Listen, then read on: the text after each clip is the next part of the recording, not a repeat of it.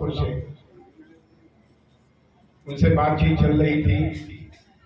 तो मैंने पूछा कि कार्यक्रम की थीम क्या है। तो थीम पर बात होते होते मैंने उनसे आग्रह किया कि ठीक है, पासी समाज के हमारे महापुरुष महाराजा गंगाभक्त सिंह रावत जी का जो जयंती है उसको मनाने में बहुत खुशी होगी। हमारा सीना गर्व से चौड़ा होगा।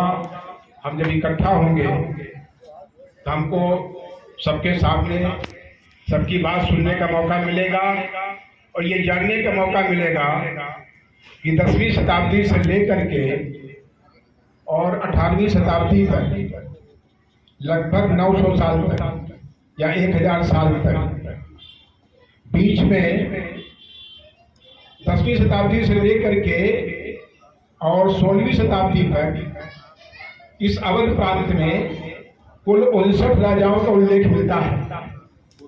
आप लोग बैठे सबको मालूम होगा।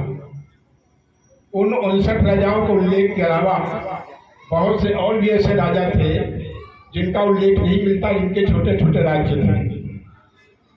उसके बाद फिर लगभग 400 साल का अंतराल हो जाता है। 400 साल के अंतराल में किसी राजा को उल्लेख नहीं मिलता। फिर 19वीं शताब्दी में जाकर के महाराजा गंगाभक्त सिंह जी का उल्लेख मिलता है और उल्लेख इस तरह से मिलता है कि उन्होंने 200 गांव, लगभग 200-250 गांव पे कब्जा करके अपना राज्य स्थापित किया और ये बताया कि हम राजा थे, बीच में अंतराल आया था, फिर हम राजा बनने के काबिल हो गए।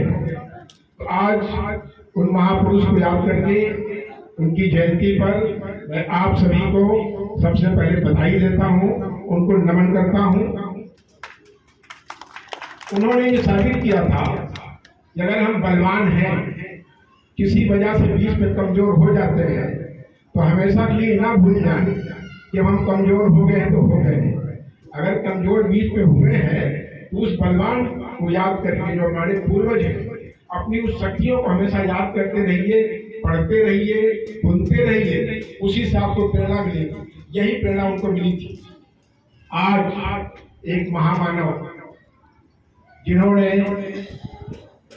महामानव गौतम बुद्ध के संदेश को पूरे विश्व में फैलाने का काम किया, चक्रवर्ती सम्राट अशोक महान, उनकी भी जयंती है। मैं उनको भी नमन करता हूँ, आप सबको उनकी बधाई देता हूँ। मैं समझता हूँ आप लोग सहमत होंगे कि महात्मा बुद्ध के बाद उनके संदेशों का प्रचार प्रसार अगर सम्राट अशोक के समय में उनके माध्यम से, उनके स्तंभ लेखों से, शिलालेखों से, चैत्यों से, बिहारों के माध्यम से ना हुआ होता तो शायद आज हम, ये पूरा देश या पूरा विश्व बुद्ध के संदेशों को शायद उस तक प्राप्त न कर सकता। तो उस महान को, महान सम्राट को मैं श्रद्धांजलि देता हूँ, उनकी नमन करता हूँ, उस जयंती में आप सबको बधाई देता हूँ। सोच के तो आया था कि चल रहा हूँ तो पहली बार घंटा 2 घंटा मैं भी बोलूंगा, लेकिन अब जो है बोल तो सकता हूँ, मेरी हिम्मत है, लेकिन बाकी आप सब लोगों की हिम्मत जो है जवाब दे चुकी होगी। मैं इसलिए अपनी बात को बहुत हल्के में रखूंगा और फिर कभी जब मौका आएगा तो मैं अनुरोध करूंगा भोजनाथ जी से कि पहले मुझे बोलने का मौका दे। इनको पहले बोलने का मौका दे देते हैं, इसके बाद ये ललकार देते हैं। तो मैं सोचता हूँ इतना ललकार दिए कभी बुढ़ा आदमी इतना ललकार तो पाएगा नहीं। तो इसलिए मैं इनसे अनुरोध करूंगा कि आगे जब भी मौका मिलेगा सबसे पहले मैं करूंगा।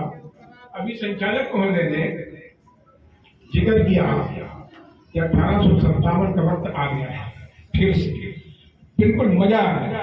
राणा जी ने ताली बजाई, मैंने भी इनकी ओर देखा, मैंने कहा बिल्कुल सही कह रहे हैं कि 1857 का वक्त फिर से आ गया है।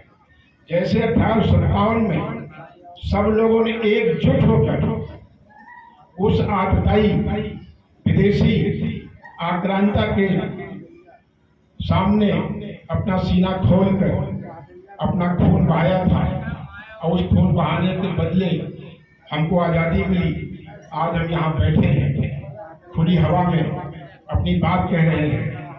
तो उन्हीं के आगे, उन्हीं के संबंध में अपनी बात आगे कहना चाहूँगा। जो 1857 के जितने भी हमारे महापुरुष हैं, बलवेदी पे जो बलवेदी पे अपने प्राणोत्सर्ग किया है, उनका केवल एक बार मैं नाम लूंगा। मैं चाहूंगा कि आप लोग उनका जय जयकार कीजिए और अमर रहे बोलिए। इतनी बात कहकर अपनी बात समाप्त करूंगा। भारतीय स्वतंत्रता संग्राम की वीरांगना अवंतीबाई लोधी अमर रहे। केवल 27 साल जिंदा थी लेकिन अमर हो गई।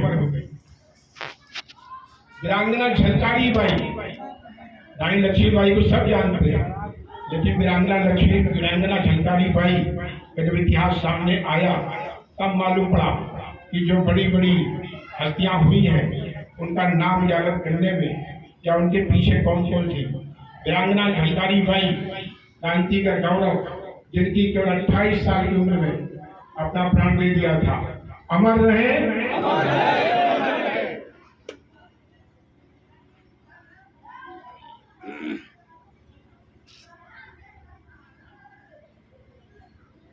अमर शहीद बांके समाज सब लोग जानते होंगे। जौनपुर के 1857 के उस संग्राम में 18 साथियों के साथ इनको फांसी पर चढ़ा दिया गया था।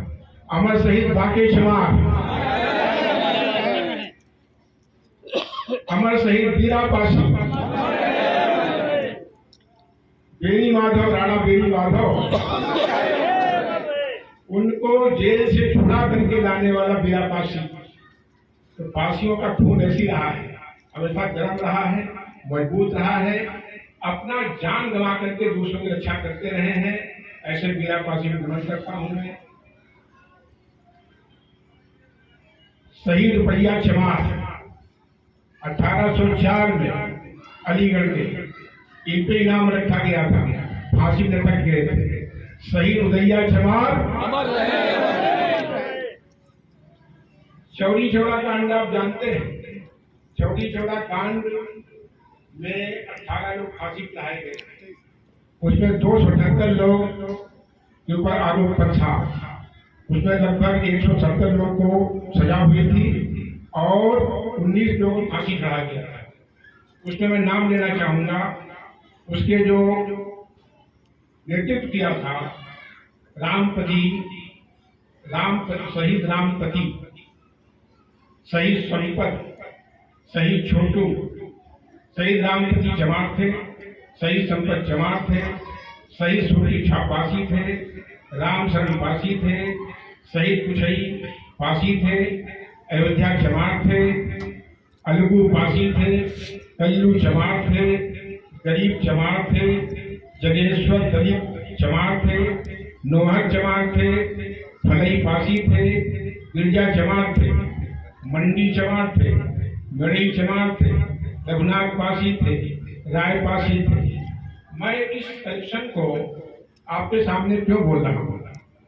केवल इसलिए बोल रहा हूँ कि आज जो ये पासी सभा हो रही है तो बाकी लोगों को ये भड़काने का मौका मिलता है कि देखो पासी लोग जो पासियों की बात करते हैं, पासी लोग पासियों की बात करते हैं और इस बात का वो लोगों के अंदर एक भ्रम फैलाता है कि ये केवल पासी पासी की बात करता है। तो मेरा मानना ये है कि जब कोई इस तरह की बात करे तो उसके सामने कहिए कि जब देश आजाद कराने की बात आई थी तो पासी भी था, चमार भी था, धोबी भी था, खटीक भी था, कोली भी था, लोधी भी था, सब ने मिलकर के इस देश को आजाद कराया था।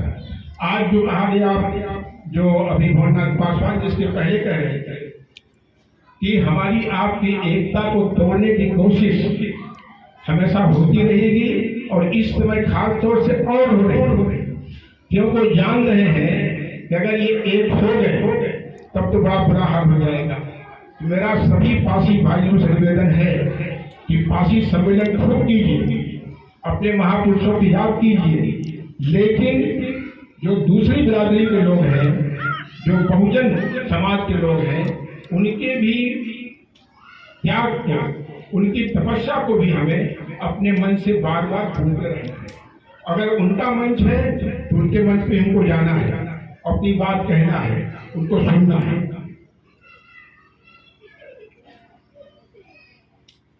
माता दिन भंगी अमर रहे, माता दिन भंगी अमर रहे, गंगा दिन बेहतर, मक्का पासी को कौन नहीं जानता, मक्का पासी अमर रहे, वीरांगना ऊदा देवी अमर रहे। मक्का पासी को जब अंग्रेजों ने मारा था, वीरांगना ऊदा देवी केवल शादी हुए कितने दिन हुए थे? 11 दिन। 11 दिन। और ऊदा देवी पासी को 25 साल की थी। इतनी बहादुर थी वो, कोई और लड़की होगी, लड़की थी वो, कन्या ही थी वो, कोई और होता तो बस छोटे घर में बैठ जाता। लेकिन उन्होंने बदला लिया। 36 अंग्रेजों को मारने वाली इतिहास में, शायद पूरे विश्व के इतिहास में अकेली महिला है जिसने अकेले दम पर 36 अंग्रेजों को मौत के घाट उतारा था। अमर रहे, अमर रहे। मुजफ्फरनगर की क्रांतिकारी महावीरी देवी अमर रहे। शहीद ऊधम सिंह, इसी आपका पटियाला एटा, जो उनके पिताजी थे, 4 के चमार थे। जलियांवाला बाग का जब कांड हुआ तो उस समय वो पंजाब में उनके पिता चले गए थे, वहां कारोबार कर रहे थे, जीवन यापन कर रहे थे। ये केवल 20 साल के थे। 20 साल की उम्र में जब उनको उन्होंने देखा कि जनरल डायर नहीं किया है, कसम खा लिया था। सोचिए 20 साल का नौजवान 21 साल तक वेट किया, लंदन गया, वहां नौकरी किया, उसी के घर में ड्राइवरी किया, डायर के घर में, और एक दिन जो है डायर को उसने मार के उसका बदला लिया। वैसे ऊधम सिंह को नमन करता हूँ, अमर रहे, अमर रहे। यहाँ मैं देख रहा था कि बेगम हजरत महल जी की फोटो लगाई गई है। तो मैं जब उसमें देखा, जो मुझे मिला था पर्चा, हमने कहा बेगम हजरत महल की फोटो क्यों है? एक दिमाग में आया कि भाई वाजिद अली शाह ने तो, जो हमारे महाराजा जंगा बख्श सिंह थे, उनको पकड़वाया था अंग्रेजों के मार्फत, उनको मार दिया था, फांसी चढ़ा दिया था। तो आखिर बेगम हजरत महल की फोटो क्यों है? उनको सम्मान क्यों दिया जा रहा है? सोचता रहा। तभी जो आपने कहा संचालक महोदय ने कि 18 सत्ताओं को याद करना है।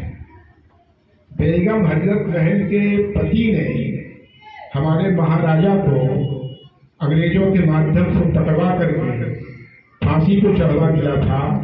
उसके बावजूद जो पासी समाज है वो सम्मान दे रहा है। तो इस बात का प्रतीक है कि पासी समाज हर उस व्यक्ति को सम्मान देता है जो इस समाज के लिए, इस देश के लिए, इस देश की आजादी के लिए लड़ा हो। बेगम हजरत महल ने नेतृत्व किया था अंग्रेजों के खिलाफ, और उनकी सेना में जो महिला विंग थी उसमें वीरांगना ऊदा देवी फांसी थी, उसमें मक्का फांसी थी। इसलिए मैं समझता हूँ कि बिल्कुल उचित है कि उनको ये सम्मान दिया जा रहा है। उनको भी नमन करते हैं। नमन इसलिए भी करते हैं कि महिला होने के बाद उन्होंने सरेंडर नहीं किया, वरना वो भी सरेंडर कर देती, पेंशन ले लेती, आराम से रहती। अभी जो लखनऊ में आप लोग देखते हैं, जो पुराने जागीरदार थे, नवाबों के परिषद से, वो भी पगड़ी उगड़ी बांध के बीच में सम्मेलन करते रहते हैं। वो भी उनके खानदानी लोग रहते, लेकिन उन्होंने स्वीकार नहीं किया। उन्होंने कहा ना, मैं आजाद रहूंगी, देश छोड़ के चली गई नेपाल, वहीं उन्होंने अपना प्राण त्यागा, लेकिन सरेंडर नहीं किया। इसलिए वो भी सम्मान के पात्र हैं।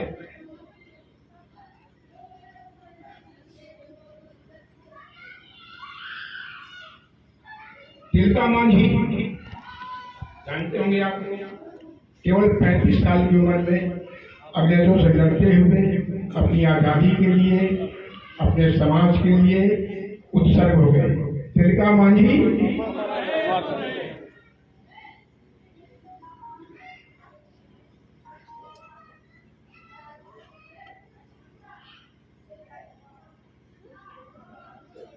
आजादी के बाद बहुत सारे जिनका नाम हम जानते हैं जो अनाम हैं, उनके त्याग के बाद, उनके उत्सर्ग के बाद पर नारा लगाइए, महाशय वसूलियादीन, महाशय वसूलियादीन। पारसी समाज के बहुत सारे एमपी हुए हैं, बहुत सारे एमपी हुए हैं, अब भी हैं। इनका नामोल्लेख में क्यों कर रहा हूं? इसलिए नहीं कि ये भी इलाहाबादी है और मैं भी इलाहाबादी हूं। केवल इलाहाबादी होने के नाते इनका नाम नहीं ले रहा हूं। इनका नाम मैं इसलिए ले रहा हूं कि जब देश आजाद हुआ तो जरान एक्ट में पारसी जात के साथ साथ अन्य करीब 14-15 जातियां थी, उनको आजादी नहीं मिली थी।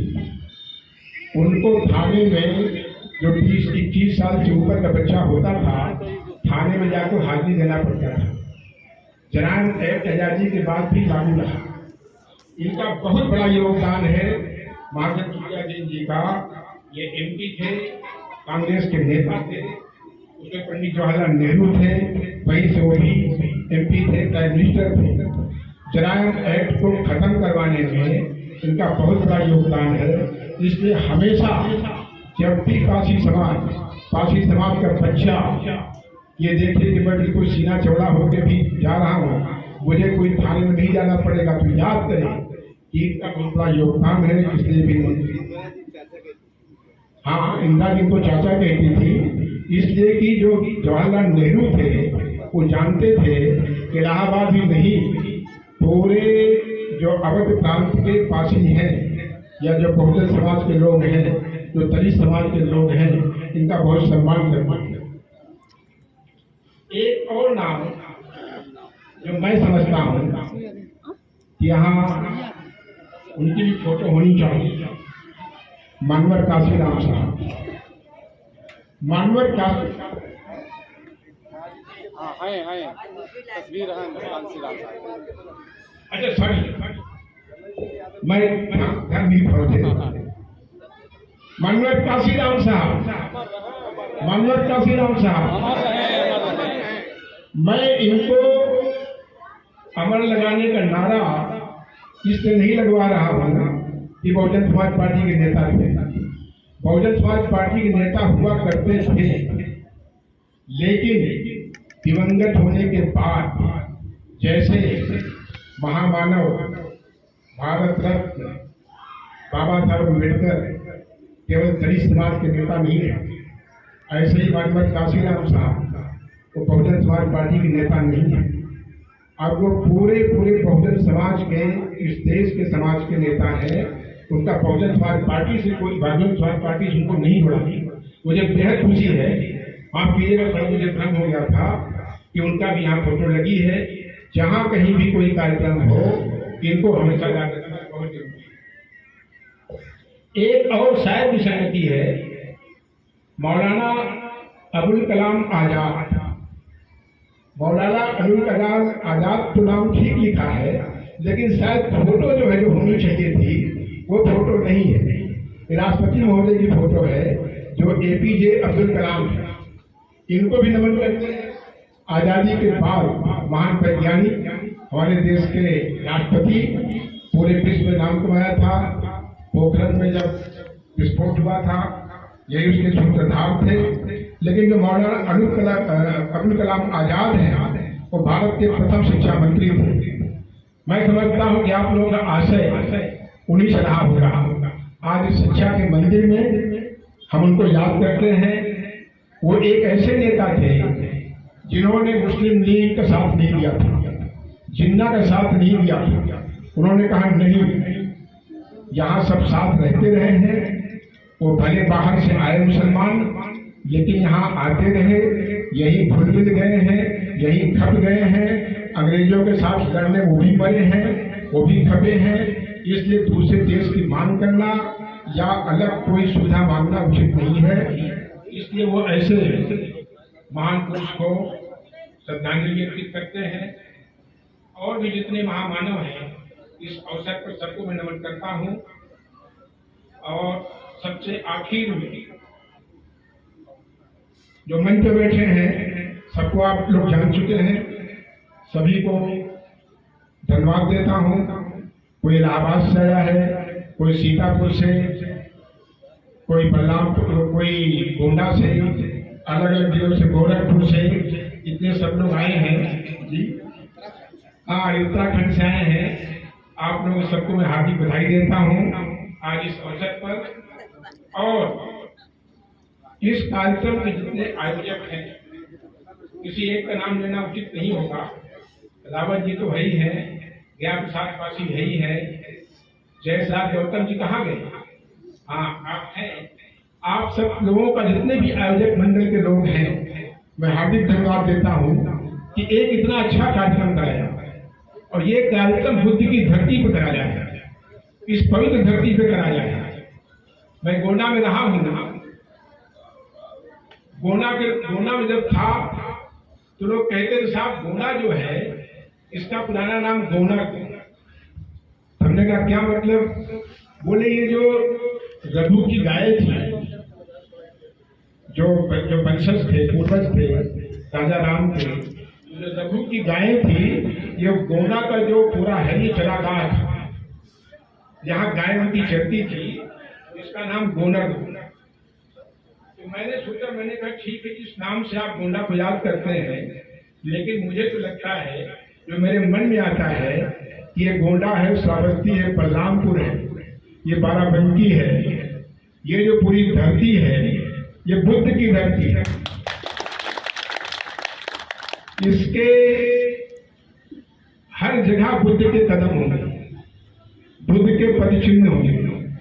लेकिन आप जानते हैं कि जो जिसको याद करना चाहता है उसी को याद करता है। तो हमारी ड्यूटी है कि हम जिनको याद करना चाहिए वास्तव में उनको याद करें, जिन्होंने हमारा जीवन सुधारा है, हमारा जीवन संवारा है। तो आज इस अवसर पर इतना ही कहूँगा। यहाँ माताएं अभी भी बैठी हैं, बच्चे बैठे हैं। गोंडा का जिक्र आया है तो 2 मिनट और लूंगा। जैसे अक्सर जब कोई सभा होती है, किसी भी समाज की हो, मैं केवल पासी समाज की नहीं कह रहा हूँ, तो उस समाज की सभा में अक्सर कोई न कोई वक्ता ये जरूर बोलता है, जब वहां कोई अधिकारी बैठा होता है रिटायर होने के बाद, तो वो प्रकारांतर से कहता है कि जब तक नौकरी में थे तब तक समाज की याद नहीं आई, और नौकरी से रिटायरमेंट के बाद जो है समाज की याद आती है। तो मेरा केवल ये कहना है, बहुत साफ साफ कहना है, मेरा शुरू से मानना रहा है कि जब तक आप नौकरी में हैं, जिस दिन आप सरकारी सेवा में आ गए तो आप आचरण सेवा नियमावली के अधीन होंगे। आचरण सेवा नियमावली के प्रतिकूल आपको किसी भी मंच से कोई भी ऐसी बात नहीं कहनी चाहिए जो संविधान से इतर हो। जो संविधान से इतर हो उसको तो कहीं नहीं कहना चाहिए। उसके अलावा किसी जात विशेष की, किसी समाज विशेष की बात भी आपको नहीं करनी चाहिए। तो घर में बैठ के आप खूब कीजिए, लेकिन सार्वजनिक मंच से आपको नहीं करना चाहिए। करना क्या चाहिए? आपको मौका मिला है, ओम प्रकाश सरोज जी जो बता रहे थे, ये कलम आपको दिया है सरकार ने, तो कोशिश कीजिए कि जो आपको मौका मिला है वो 10-12 घंटे 15 घंटे खूब पढ़ाई कीजिए। जिस डिपार्टमेंट में है उसका कानून, उसकी प्रक्रिया, उसके शासनादेश, उन सबका खूब अध्ययन करते रहेंगे। जब आप अध्ययन करते रहेंगे, लिखते पढ़ते रहेंगे, उसी में अपने आप को अवगाहित कर लेंगे, तब आप जानेंगे कि यार ये चीज है, मैं इसके माध्यम से बहुत बड़ा कल्याण कर सकता हूं। और मैं समझता हूं कि अगर आप पूरे मनोयोग से अपनी नौकरी करेंगे तो जब आपके सामने मान लिया 100 लोग आएंगे, 100 लोगों में से आप हर एक की बात को सुनेंगे और न्याय देंगे, तो आप कितनों को न्याय दे रहे हैं जानते हैं? उनमें 85 भी तो है। आप अगर मेहनत करते हैं तो 100 में से 85 को भी आप न्याय दे रहे हैं, और ये बहुत बड़ा न्याय होता है। लेकिन अगर आप पढ़ाई लिखाई नहीं करेंगे, सोचेंगे चलो ठीक है सुबह से लेकर शाम तक का कुछ काम धाम करें, नौकरी करें, जब तक घर चले खाए पिए। मेरा मानना है कि जो जिस नौकरी में है, नौकरी छोटी बड़ी हो कुछ भी हो, अगर आप मनोयोग से अपनी नौकरी करेंगे तो अपनी नौकरी के माध्यम से इतने लोगों का आप कल्याण कर सकते हैं। अभी जो है भोलनाथ जी ने कहा कि जब मैं था सर्विस में मैंने नौकरियां दी, तो मैंने नौकरियां दे के एहसान नहीं किया। जब मुझे मौका मिला तो मैंने देखा कि मैं पात्र लोगों को न्याय संगत तरीके से प्रक्रिया के तहत नौकरी अगर दे सकता हूं तो क्यों न दूं। खूब लग कर नौकरियां दी, उसमें लोग समझते बड़ा भारी काम हो गया। जहां जाता हूं सब लोग कहते हैं साहब बड़ी आपने नौकरी दी है। जो मुझसे नहीं परिचित वो भी कहते हैं आपने बड़ी नौकरी दी है। मुझे लगता है यार कौन सा ऐसा कर दिया मैंने वही तो किया जो मुझे करना चाहिए था। तो मेरा यही अनुरोध है कि जब तक नौकरी में है, नौकरी के माध्यम से समाज सेवा कीजिए। नौकरी बहुत बड़ा माध्यम। अगर दरोगा जी हैं, दरोगा जी थाने में बैठे हैं, अब कोई आपके सामने दलित का, बैकवर्ड का, या चाहे ब्राह्मण हो चाहे ठाकुर हो, कोई भी आ जाए, तो अगर आप उसकी बात सुन करके उसको न्याय देना शुरू कर दीजिए तो आप इतना मजा आएगा।